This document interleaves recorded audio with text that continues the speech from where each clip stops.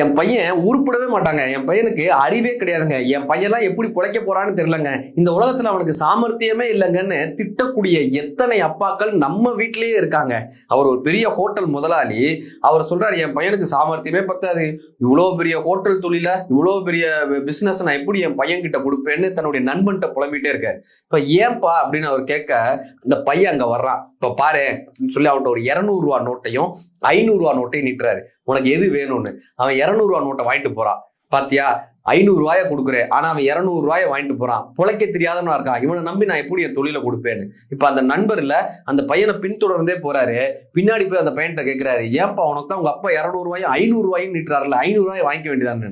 அவன் சொல்றான், தினம் எங்க அப்பா என்னைய முட்டாளாக்கணும்னோ, என்னைய திட்டணும்னோ, என்னைய பழிக்கணும்னோ, எல்லாரும் முன்னாடியும் நான் தோல்வியாளன்னு காட்டுறதுக்காக இந்த விளையாட்டை தினம் விளையாடுவாரு.